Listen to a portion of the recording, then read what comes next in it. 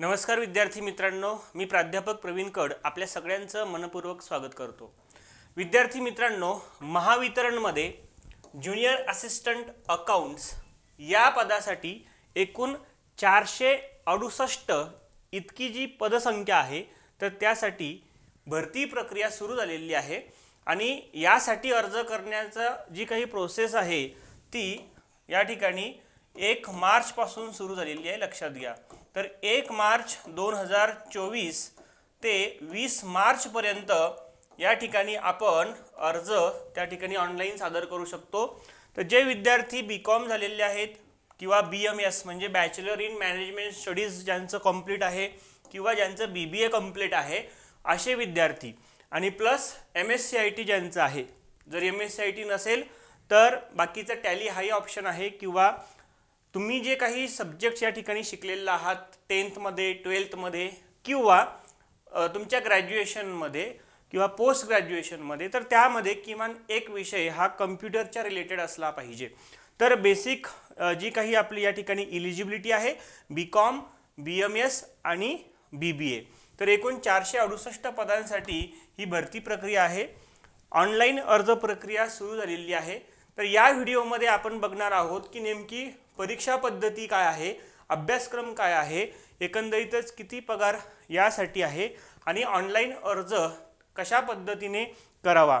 तर बघा मित्रांनो, सगळ्यात पहिल्यांदा आपण समजून घेऊया या परीक्षेच्या विषयी। सो अबाउट द एक्झाम, तर यामध्ये आपल्याला पाहायला मिळतं ही जी एक्झाम आहे ही एक्झाम कंडक्टिंग बॉडी जी असणार आहे तर ती आहे Maharashtra state electricity distribution company limited. तर यालाच आपण महावितरण असं देखील म्हणतो। या महावितरणच्या मध्ये आपल्याला ज्युनियर असिस्टंट अकाउंट्स या विभागामध्ये, ज्युनियर असिस्टंट हे जे पदाचं नाव आहे, ठीक आहे, तर या पदासाठी एकूण 468 इतकी पदसंख्या आहे। तर एक चांगली आणि सुवर्ण संधी या ठिकाणी ज्या विद्यार्थी ज्यांचं कॉमर्स आहे अशांसाठी उपलब्ध झालेली आहे। तर क्वालिफिकेशन आपण या ठिकाणी बघितलेलं, ज्या विद्यार्थ्यांचं बीकॉम, BMS किंवा BBA झालेलं आहे विथ MSc IT और इट्स इक्विव्हॅलंट, तर असे विद्यार्थी ही परीक्षा त्या ठिकाणी देऊ शकतात। थोडक्यात काय, तर इथे तुमचं किमान ग्रॅज्युएशन त्या ठिकाणी कंप्लीट असणं गरजेचं आहे, म्हणजे तुम्ही ग्रॅज्युएशन पास असणं गरजेचं आहे। असेच विद्यार्थी ही परीक्षा देऊ शकणार आहेत। एक्झाम कंडक्टिंग बॉडी कोण आहे, तर यासाठी एक परीक्षा होणार आहे आणि IBPS या कंपनीच्या माध्यमातून ही परीक्षा होणार आहे। तर मोड ऑफ एक्झाम जे आहे ऑनलाइन असणार आहे, ठीक आहे। तर MCQ टेस्ट या ठिकाणी घेण्यात येणार आहे। तर MCQज बेस्ड ही एक्झाम आहे जी की ऑनलाइन होणार आहे। जी काही आपली वेगवेगळी ठिकाणची जी काही परीक्षा केंद्र असतील, म्हणजे तुम्हाला ऑनलाइन अर्ज भरत असताना त्या ठिकाणी सेंटर निवडायचं आहे, मग दिलेल्या सेंटरवर आपल्याला जाऊन ही परीक्षा द्यायची आहे। ॲप्लिकेशन फीज या ठिकाणी आहे ओपन कॅटेगरीसाठी 500 रुपये आहे विथ GST आणि रिझर्व कॅटेगरीसाठी 250 रुपये आहेत विथ GST। लँग्वेज कोणती असणार आहे किंवा मीडियम ऑफ इन्स्ट्रक्शन जे आहे या परीक्षेसाठी, तर बघा the online test will be in English. तर इंग्लिश म्हणजे इंग्रजी भाषा हे असणार आहे आपलं परीक्षेचं medium, okay, except test of Marathi language, म्हणजे मराठी ग्रामर किंवा मराठी भाषा हा सुद्धा या ऑनलाइन टेस्टमध्ये एक विषय आहे। तर मराठी लँग्वेजवरचे प्रश्न हे मराठीमध्येच विचारले जातील आणि बाकीचे जे काही विषय आहेत, ओके, किंवा सब्जेक्ट आहे जसं की प्रोफेशनल नॉलेज यामध्ये 110 मार्कांसाठी विचारण्यात येणार आहे। यासोबतच रिझनिंगचा काही पार्ट आहे, ओके, तर तो जो पार्ट आहे तो कशामध्ये विचारला जाणार, ओनली इन इंग्लिश। लक्षात घ्या, म्हणजे मराठी पर्याय त्याला नसणार आहे। निगेटिव्ह मार्किंग आहे या परीक्षेला, म्हणजे तुमचे 4 प्रश्न जर चुकले तर त्यासाठी एका प्रश्नाचे गुण त्या ठिकाणी काय होतील, मायनस केले जातील। तर अशा पद्धतीने हे परीक्षेचं एकंदरीत स्वरूप आहे। Pre requisition for the post of junior assistant accounts as on 29 December 2023। बघा नोटिफिकेशन जी आहे ही नोटिफिकेशन 31 डिसेंबरला त्या ठिकाणी आलेली होती। 31 डिसेंबरला नोटिफिकेशन आलेली होती आणि त्या नोटिफिकेशनमध्ये जे काही त्या ठिकाणी एलिजिबिलिटी सांगितलेली आहे तर ते आपण या ठिकाणी बघत आहोत। तर क्वालिफिकेशन आपण बघितलं की BCom, BMS, BBA with MSc और इट्स इक्विवलेंट हे याचं असणार आहे क्वालिफिकेशन. ओके, आणि एक्सपिरियन्स गरजेचा नाहीये. नो एक्सपिरियन्स इज नेसेसरी आणि याला इंटरव्ह्यू सुद्धा नाहीये. So there will be no interview. तर फक्त एक एक्झाम होणार आहे. एक्झाम ही एकच आहे आणि ती एक्झाम जर आपण क्लिअर झालं तर लगे आपल्याला या ठिकाणी ज्युनियर असिस्टंट अकाउंट्स या ठिकाणी संधी भेटणार आहे. तर बघा रेम्युनरेशन किती आहे, तर या ठिकाणी आपल्याला असं सांगितलेलं आहे, जे रेम्युनरेशन या ठिकाणी दिलेलं आहे तर ते सिरियल नंबर बघा, नंबर 1, नंबर 2 आणि नंबर 3 अशा स्वरूपाचं आहे. म्हणजे पहिल्या वर्षी जेव्हा तुम्ही जॉईन होत आहे तेव्हा मंथली तुम्हाला रेम्युनरेशन 19,000 रुपये मिळणार आहे. त्याच्यानंतर दुसरं वर्ष सुरू झाल्यावर त्या दुसऱ्या वर्षी तुम्हाला मंथली रेम्युनरेशन 20,000 रुपये मिळणार आहे. तिसऱ्या वर्षी तुम्हाला मंथली 21,000 रुपये रेम्युनरेशन मिळणार आहे. म्हणजे अशा पद्धतीने दरवर्षी 1,000 रुपये वाढेल आणि हा 3 वर्षाचा जो काही आपला प्रोबेशन पिरियड आहे हा पिरियड कंप्लीट केल्यानंतर तुम्हाला त्या ठिकाणी जो सॅलरी आहे ती मात्र 55,000च्या दरम्यान त्या ठिकाणी असणार आहे. ठीक आहे, सो 55,000च्या आसपास ही सॅलरी असणार आहे, लक्षात घ्या. सो या ठिकाणी नोट दिलेले आहेत, काही नोट्स आपल्याला महत्त्वाचे आहेत. नोटिफिकेशनमध्ये असं सांगितलेलं आहे की post graduate in commerce and finance will be paid additional remuneration of ₹1,000 per month during the contractual period. आता हा जो कॉन्ट्रॅक्च्युअल पिरियड आहे म्हणजे हे पहिले 3 वर्ष असणार आहे. हा एक प्रकारे काय असणार आहे की तुमचा प्रोबेशन पिरियड असणार आहे आणि हा संपल्यानंतर तुम्ही त्या ठिकाणी रेग्युलर गव्हर्नमेंट एम्प्लॉई होणार आहात, लक्षात घ्या. सो ज्यांचं PG झालेलं आहे अशा लोकांसाठी 1,000 रुपये या ठिकाणी काय होत राहील, ॲडिशन होत राहील. म्हणजे याचे 20,000, याचे 21,000, याचे 22,000 अशा पद्धतीने मंथली 3 वर्षासाठी तुम्हाला मिळेल. त्याच्यानंतर मात्र पगार हा वाढणार आहे. नोट नंबर 2 मध्ये काय सांगितलंय, the selected candidates are entitled for CPF म्हणजे जो काही प्रोव्हिडंट फंड आहे तो सुद्धा तुम्हाला मिळेल आणि ग्रॅच्युटी जी आहे यासोबतच बाकीचे जे काही अलाउन्सेस असतील हे सुद्धा या ठिकाणी ॲप्लिकेबल आहेत. ठीक आहे, आणि नोट नंबर 5 जी आहे तर ती 5 सुद्धा इम्पॉर्टंट आहे. After successful completion of contract period जो की 3 वर्षाचा असणार आहे. Okay, the candidate will be absorb in the regular post of lower division clerk accounts. म्हणजे तुम्ही जॉईन होत असताना ज्युनियर असिस्टंट अकाउंट्स या पदासाठी जॉईन होणार आहात आणि 3 वर्ष तुमचं प्रोबेशन पिरियड किंवा कॉन्ट्रॅक्च्युअल पिरियड संपल्यानंतर त्या ठिकाणी तुम्हाला कोणतं पद मिळणार आहे तर lower division clerk accounts LDC. Okay, LDC accounts हे पद तुम्हाला त्या ठिकाणी मिळणार आहे. So as per the companies rules in the pay scale of rupees म्हणजे अशा पद्धतीने 3ऱ्या वर्षानंतर तुमचं जे काही पे स्केल आहे तर ते सुद्धा वाढणार आहे. LDCचं जे पे स्केल आहे इथं दिलंय तुम्हाला 29,035, 710, 32, 585 वगैरे वगैरे. तर सांगायचा मुद्दा हा की हा जो पे स्केल आहे हा एकंदरीतच तुमचा किती जातो या ठिकाणी, सो 55,000च्या जवळ जाणारा हा पगार आहे. ठीक आहे, त्याच्यानंतर पुढे जाऊयात आपण. नोटिफिकेशनमध्ये सांगितलेल्यानुसार आपली ही जी काही भरती प्रक्रिया आहे याच्यामध्ये एकूण किती जागा आहेत तर 468 जागा या ठिकाणी आलेल्या आहेत बघा. आणि सब कॅटेगरीनुसार सुद्धा आहे, जसं की ओपनला 102, SCला 72, ST 47, VJA 14, NTB 7, NTC 18, NTD 17, SBC 4, OBC 116 आणि EWS 71 अशा पद्धतीचं हे असणार आहे. ठीक आहे, तर याच्यामध्ये मराठा आरक्षण असं सेपरेट नाही आहे. याचं कारण ही नोटिफिकेशन जी आहे ती 31 डिसेंबर 2023ची आहे आणि त्या नोटिफिकेशननुसारच हे आरक्षण त्या ठिकाणी असणार आहे. ही गोष्ट आपण प्रामुख्याने विचारात घ्यायची आहे. नंबर ऑफ वॅकन्सीज माहिती आहे आपल्याला या ठिकाणी किती आहेत तर 468 आहे. आणि अशा पद्धतीने त्याचं जे काही डिटेल्स ऑफ हॉरिझॉन्टल रिझर्वेशन आहे म्हणजे बघा जनरल आहे, वुमन आहे, meritorious sport person, x service person आहे, प्रोजेक्ट अफेक्टेड पर्सन्स आहेत, अर्थक्वेक अफेक्टेड आहे, त्याच्यानंतर कोणी ॲप्रेंटिस असतील आणि पर्सन विथ डिसॅबिलिटीज असणार आहे. तर अशा पद्धतीने हे तुम्हाला हॉरिझॉन्टल रिझर्वेशन सुद्धा त्या ठिकाणी तुम्ही बघू शकता. जनरलसाठी एकूण 155 वॅकन्सीज आहेत, महिलांसाठी एकूण 40 वॅकन्सीज आहेत. आणि अशा पद्धतीने मेरिटियस स्पोर्ट पर्सन म्हणजे तुम्ही स्पोर्ट्समध्ये असाल, स्पोर्ट कोट्यातून असाल तर त्याच्यासाठी 24 त्या ठिकाणी जागा आहेत. तर हे सुद्धा आपण इन डिटेल या ठिकाणी बघू शकता. पुढे जाऊयात. Pay group and age limit as on 29 December 2023. तर एकूण तुमचं जे एज लिमिट आहे या ज्युनियर असिस्टंट अकाउंट्स पदासाठी पे ग्रुप हा 3rd आहे, 3 आहे कॅटेगरी त्याची. आणि एज लिमिट किती आहे तर एज लिमिट आहे बघा 30 इयर्स. म्हणजे ओपन कॅटेगरीसाठी 30 वर्ष जे आहेत, म्हणजे 30 वर्षाच्या आतमध्ये तुम्ही हा फॉर्म भरू शकता.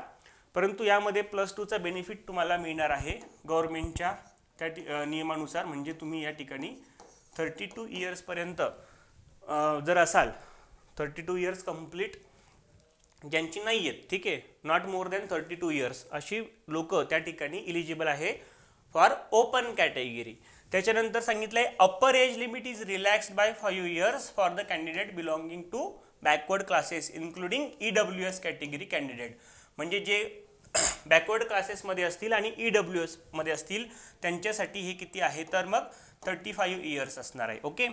Upper age limit for ex servicemen, जे कोणी एक्स सर्व्हिसमेन असतील त्यांच्यासाठी ते वयाची 45 वर्ष कंप्लीट होईपर्यंत त्या ठिकाणी अर्ज करू शकतात. Upper age limit for meritorious sport person, जे स्पोर्ट पर्सन आहे त्यांच्यासाठी किती आहे 5 इयर्स म्हणजे 35 इयर्स +2चा बेनिफिट त्यांनाही मिळेल. Upper age limit for person with disability यांच्यासाठी मात्र 45 वर्ष आहे. त्याच्यानंतर ऑर्फन जे आहेत, अनाथ जे असतील त्यांच्यासाठी किती आहेत 5 इयर्स आहेत. त्याच्यानंतर या ठिकाणी सांगितलं की as per the government GR dated 3/3/2023 upper age limit is relax by 2 years for all candidates. म्हणजे हा +2चा बेनिफिट सगळ्या कॅन्डिडेट्सना मिळणार आहेत. म्हणजे उदाहरणार्थ ओपन कॅटेगरीसाठी जर 30 इयर्स या ठिकाणी एज लिमिट असेल, अप्पर एज लिमिट, तर त्यांना 2 इयर्स ॲड होतील म्हणजे 32 इयर्स अशा पद्धतीने. सो देन सांगितलंय upper age limit for departmental candidate is 57 years. जे डिपार्टमेंटल कॅन्डिडेट आहे म्हणजे काय एम्प्लॉईज ऑफ MSEDCL महावितरणमध्ये काम करणारे जे कोणी कर्मचारी आहेत त्यांच्यासाठी वयाची मर्यादा 57 वर्ष आहे. ठीक आहे. त्याच्यानंतर पुढे जाऊयात. Methodology of selection. तर सिलेक्शन प्रोसेस कशा पद्धतीची असेल ही बघा. The candidate will have to appear for the online test. एक ऑनलाईन टेस्ट या माध्यमातून घेण्यात येणार आहे. आणि हे ज्या टेस्टचं स्वरूप आहे हे टेस्टचं स्वरूप आपल्याला दिसतं या ठिकाणी बघा, ज्याच्यामध्ये test of professional knowledge. Test of professional knowledge म्हणजे काय तर जे काही टेक्निकल नॉलेज आहे आपलं रिलेटेड टू अकाउंट्स पोस्ट. ठीक आहे. तर त्यासाठी त्याच्यामध्ये विचारण्यात येणार आहे 50 क्वेश्चन. तर 50 क्वेश्चन हे किती मार्कासाठी असणार आहेत 110 मार्कांसाठी असणार आहेत. म्हणजे काही क्वेश्चन हे कदाचित 2.5 मार्क्ससाठी सुद्धा असतील, काही क्वेश्चन हे 2 मार्क्ससाठी असतील, अशा पद्धतीनं आहे हे. त्याच्यानंतर टेस्ट ऑफ जनरल नॉलेज. आता जनरल नॉलेजमध्ये त्यांनी काय म्हटलंय की 3 महत्त्वाचे घटक. एक म्हणजे टेस्ट ऑफ रिझनिंग, दुसरा आहे टेस्ट ऑफ क्वांटिटेटिव्ह ॲप्टिट्यूड आणि तिसरा आहे टेस्ट ऑफ मराठी लँग्वेज. तर रिझनिंगला किती प्रश्न विचारणार आहेत 40 प्रश्न विचारणार आहेत 20 मार्कांसाठी. म्हणजे आता या ठिकाणी जास्तीत जास्त वेटेज कोणाला आहे प्रोफेशनल नॉलेजला 50 प्रश्न 110 मार्काला आहेत. रिझनिंगवर 40 प्रश्न विचारण्यात येणार आहे, मात्र मार्क्स किती आहेत 20. म्हणजे प्रत्येक प्रश्न 0.5 किंवा 0.50 त्या ठिकाणी मार्कांसाठी आहे, म्हणजे अर्ध्या मार्कासाठी आहे. क्वांटिटेटिव्ह ॲप्टिट्यूडवर 20 प्रश्न विचारण्यात येणार आहे 10 मार्कांसाठी. आणि मराठी लँग्वेजवर सुद्धा 20 प्रश्न विचारण्यात येणार आहेत 10 मार्कांसाठी. अशा पद्धतीने टोटल नंबर ऑफ क्वेश्चन जर आपण बघितले तर ते आहेत 130. आणि हे 130 प्रश्न 150 मार्कांसाठी विचारण्यात येणार आहे. ठीक आहे. तर 130 प्रश्न हे 150 मार्कांसाठी विचारण्यात येणार आहे. आणि आपल्याला टाइम किती दिला आहे तर कंपोजिट टाइम ऑफ 120 मिनिट्स, म्हणजे जवळपास 2 तास आपल्याला या ठिकाणी दिलेले आहेत. तर 2 तासांमध्ये आपल्याला 130 प्रश्न त्या ठिकाणी सॉल्व करायचे आहेत, जे की 150 मार्कांसाठी विचारण्यात येणार आहे. आता हे जे 150 मार्काचं जे आहे तर याचं कन्व्हर्शन होणार आहे 100 मार्कांमध्ये. ठीक आहे. म्हणजे 150चं कन्व्हर्शन कशामध्ये होणार आहे 100 मध्ये होणार आहे. आणि ह्या 100 मध्ये झाल्यानंतर तुमचं त्या ठिकाणी मिनिमम जे काही मार्क्स तुम्हाला रिक्वायरमेंट आहे तर ते कॅल्क्युलेट होणार आहेत.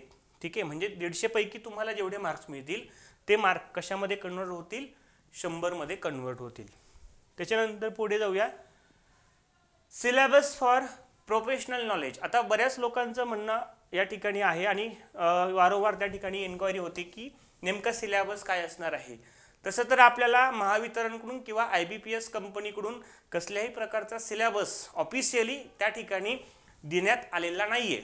मात्र याच्या अगोदर ज्या काही परीक्षा झाल्या, जसं की नगर परिषदेची परीक्षा झाली जी की TCSने घेतली, त्याच्यानंतर इतर बऱ्याचशा ZPच्या परीक्षा झाल्यात किंवा महानगरपालिकांच्या अकाउंट्स विषयक परीक्षा झाल्या आणि यासोबतच आत्ताच श्री क्षेत्र तुळजापूर जे आहे तर त्यांची जी ट्रस्ट आहे तिथे सुद्धा अकाउंट्ससाठी परीक्षा होणार आहे.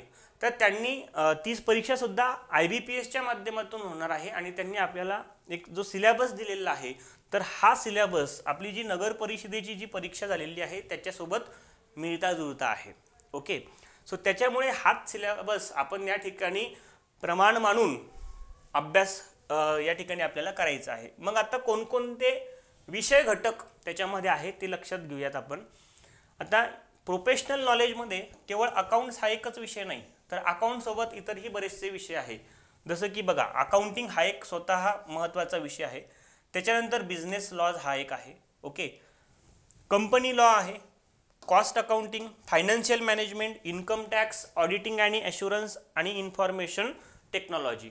म्हणजे हा जर सिलेबस आपण या ठिकाणी बघितला तर आपल्याला असं लक्षात येतं की अकाउंटिंग जे आहे मित्रांनो, तर ते अकाउंटिंग आपल्याला बेसिक सोबतच काय करायचं आहे, बेसिक म्हणजे काय 11-12 यासोबतच तुमचं ग्रॅज्युएशनचं अकाउंट या ठिकाणी तुम्हाला करायचं आहे, ग्रॅज्युएशनचं अकाउंटिंग करायचं आहे. ओके, म्हणजे बघा आता अकाउंटिंगमध्ये इकडे तुम्हाला दिसू शकतं की काय काय असणार, डबल एंट्री सिस्टीम आणि single entry system of accounting, जे की बेसिक आहे 11-12 मध्ये आपण स्टडी केलेलं. Accounting for not for profit organisation हे आपण 12th मध्ये स्टडी केलेलं आहे. बँक रिकन्सिलिएशन स्टेटमेंट हे सुद्धा 11th मध्ये आहे. डिप्रिसिएशन अकाउंटिंग हे सुद्धा 11th अकाउंटिंगचा पार्ट आहे. प्रिपरेशन ऑफ अकाउंटिंग डॉक्युमेंट हे सुद्धा 11th आहे. ठीक आहे, तर अशा पद्धतीने 11वी आणि 12वीचा हा महत्त्वाचा पोर्शन आपल्याला अकाउंटिंग या घटकामध्ये स्टडी करायचा आहे. यासोबतच तुमचे जे काही अकाउंटिंग स्टँडर्ड आहे, ओके, हे अकाउंटिंग स्टँडर्डवर सुद्धा प्रश्न या ठिकाणी विचारले जाऊ शकतात. याच्यानंतर बिझनेस लॉज हा विषय आहे. नगर परिषदेमध्ये आपण बरेचसे कायदे त्या ठिकाणी अभ्यास केला, जसं की कंपनी ॲक्ट आहे, निगोशिएबल इन्स्ट्रुमेंट ॲक्ट आहे, कॉन्ट्रॅक्ट ॲक्ट आहे, PFचा कायदा आहे, अशा स्वरूपाचं. तर हे बिझनेस लॉ अभ्यासायचं आहे. कंपनी लॉ हा एक 2013चा कंपनी कायदा अभ्यासायचा आहे. कॉस्ट अकाउंटिंग अगेन हा आपला ग्रॅज्युएशनचा पार्ट आहे. फायनान्शियल मॅनेजमेंट अगेन ग्रॅज्युएशनला आहे. इन्कम टॅक्स TY-BComला सर्वसाधारणपणे अभ्यासतो आपण. ऑडिटिंग आणि ॲश्युरन्स हे सुद्धा TY-BComला अभ्यासतो. इन्फॉर्मेशन टेक्नॉलॉजी म्हणजे थोडक्यात हे काय आहे, आपलं कम्प्युटर रिलेटेड ज्या काही गोष्टी आहेत, बेसिक जे काही सॉफ्टवेअर वगैरे आहे, तर त्याच्यावर प्रश्न या ठिकाणी विचारले जातात. या व्यतिरिक्त अजून काय आहे, goods and service tax act 2017, तर 2017चा जो GST कायदा आहे तो अभ्यासायचा आहे. तसेच बिझनेस इथिक्स आणि कम्युनिकेशन. ठीक आहे, तर हा सुद्धा एक महत्त्वाचा विषय या ठिकाणी आपल्याला अभ्यासक्रमामध्ये आहे. तर हे सगळे विषय परीक्षेच्या दृष्टिकोनातून अतिशय महत्त्वाचे आहे. तर हे सगळेच्या सगळे विषय आपल्याला त्या ठिकाणी स्टडी करायचे आहेत. ओके, तर या सगळ्यांवर एकूण किती प्रश्न विचारण्यात येणार आहे, आपल्याला 50 प्रश्न 110 मार्कांसाठी विचारण्यात येणार आहेत. त्याच्यानंतर या ठिकाणी आपण बघू शकतो की फॉर्म भरण्याची जी प्रक्रिया आहे ती सुरू झालेली आहे. तर कधीपासून सुरू झाली ती, या ठिकाणी 1 मार्चपासून सुरू झालेली आहे आणि 20 मार्चपर्यंत तुम्ही त्या ठिकाणी ते फॉर्म भरू शकता. या ठिकाणी तुम्ही उशीर करायचा नाही आहे फॉर्म भरायला, लगेच फॉर्म भरून घ्या, शेवटच्या दिवसाचे वेट करू नका. फॉर्म भरण्यासाठी आपल्याला काय करायचं आहे, या वेबसाईटला जायचं.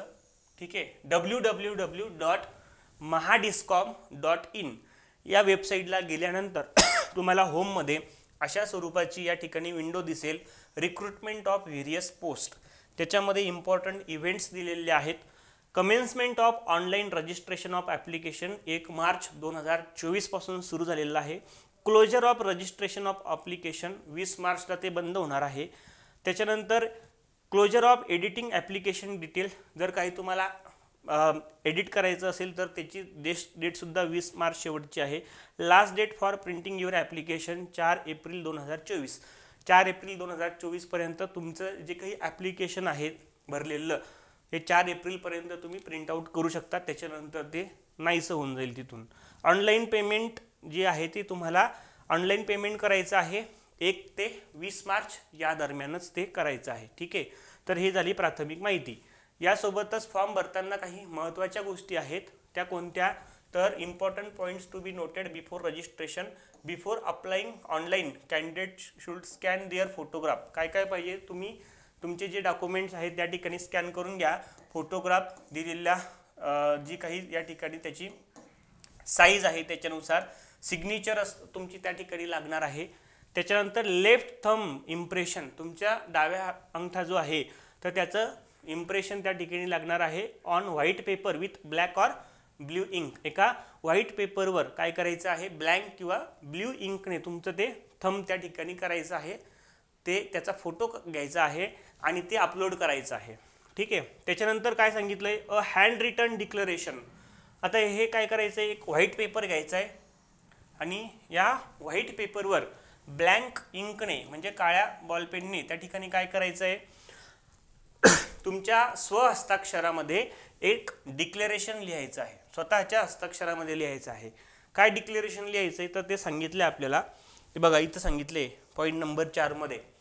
त्याच्यामध्ये असं सांगितलं की एक व्हाईट पेपर घ्यायचा, त्याच्यावर तुम्ही हातानं लिहायचे, ब्लॅक पेननं लिहायचं आहे ते आय डॅश डॅश, इथं तुमचं नाव येणार. ठीक आहे. आय XYZ तुमचं जे काही नाव असेल ते इथं लिहा. ठीक आहे. Name of the candidate. hereby declare that all the information submitted by me in the application form is correct, true and valid. I will present the supporting documents as and when required. Okay. तर एवढंच लिहायचं आहे, बाकी काही लिहायचं नाही. तर एवढं लिहून काय करायचं आहे? त्याचा फोटो घ्यायचा आणि ते अपलोड करायचं आहे. ठीक आहे. ही जी जाहिरात आहे ही जाहिरात क्रमांक 05/2023 असं आहे. तर याच्यासोबत वेगवेगळ्या बऱ्याचशा जाहिराती निघालेल्या आहेत. तर आपले ज्युनियर अकाउंट जे आहे असिस्टंटसाठी हा नंबर आहे जाहिरातीचा, तर तो लक्षात घ्यायचा आहे. ओके. त्याच्यानंतर आता याच्या संदर्भात जी काही प्रोफेशनल नॉलेज आहे आपलं 110 मार्कांचं, तर ह्या 110 मार्कांसाठी आपण एक ऑनलाईन रेकॉर्डेड बॅच या ठिकाणी लॉन्च केलेली आहे. बघा, महावितरण ज्युनियर असिस्टंट अकाउंट्स, ज्याच्यामध्ये आपल्याला ऑनलाईन रेकॉर्डेड स्पेशल बॅच मिळणार आहे. ज्याच्यामध्ये मी स्वतः या ठिकाणी तुम्हाला शिकवणार आहे. यासोबतच काही 1-2 अजून शिक्षक आहेत, तेही आपल्याला 1-2 विषयाचं मार्गदर्शन करणार आहेत. या ऑनलाईन बॅचचं वैशिष्ट्य आपण या ठिकाणी बघू शकता की जे आपला प्रोफेशनल नॉलेज आहे जो आपण आत्ताच या ठिकाणी डिस्कस केला, या संपूर्ण अभ्यासक्रम या ठिकाणी आपण कव्हर करतोय. बेसिकपासून तर ॲडव्हान्सपर्यंत आपण त्या ठिकाणी शिकवणार आहोत. इंटरॅक्टिव्ह बोर्ड अशा माध्यमातून आपल्याला या ठिकाणी टीचिंग होणार आहे. यासोबतच आपल्याला जी टेस्ट सिरीज आहे ती टेस्ट सिरीजसुद्धा फ्रीमध्येच अवेलेबल या बॅचमध्ये आपण करून देणार आहोत. तसेच PYQचं ॲनालिसिससुद्धा याच्यामध्ये घेणार आहोत. ओके. जवळपास 100+ व्हिडिओ लेक्चर असणार आहे. प्रत्येक व्हिडिओ साधारणतः 45 मिनिट्स ते 1 तास इतक्या कालावधीचा असेल आणि एक व्हिडिओ तुम्ही त्या ठिकाणी 4 वेळा बघू शकता. ज्या नोट्स असतील त्या PDF स्वरूपामध्ये तुम्हाला अवेलेबल करून दिलेल्या आहेत, त्या तुम्ही डाउनलोड करायच्या आहेत. डाउनलोड करण्यासाठी तुम्ही एक्सपोर्ट नावाच्या ऑप्शनवर क्लिक करायचं आहे. ते तुमच्या मोबाईलमध्ये डाउनलोड होईल. त्याचे तुम्ही ते शेअर करून त्याचं प्रिंटआउट त्या ठिकाणी घेऊ शकता. ठीक आहे. तज्ज्ञ विषय शिक्षकांचं मार्गदर्शन या ठिकाणी लाभणार आहे. जी बॅचची व्हॅलिडिटी आहे ती 6 महिने इतकी असणार आहे आणि संपूर्णपणे IBPS पॅटर्ननुसार या ठिकाणी आपण टीचिंग करणार आहोत. फीज या ठिकाणी अतिशय माफक ठेवलेली आहे. 1800 रुपये फीज आहे, ज्याच्यामध्ये आपण संपूर्णतः 110 मार्कांची या ठिकाणी तयारी करून घेणार आहोत.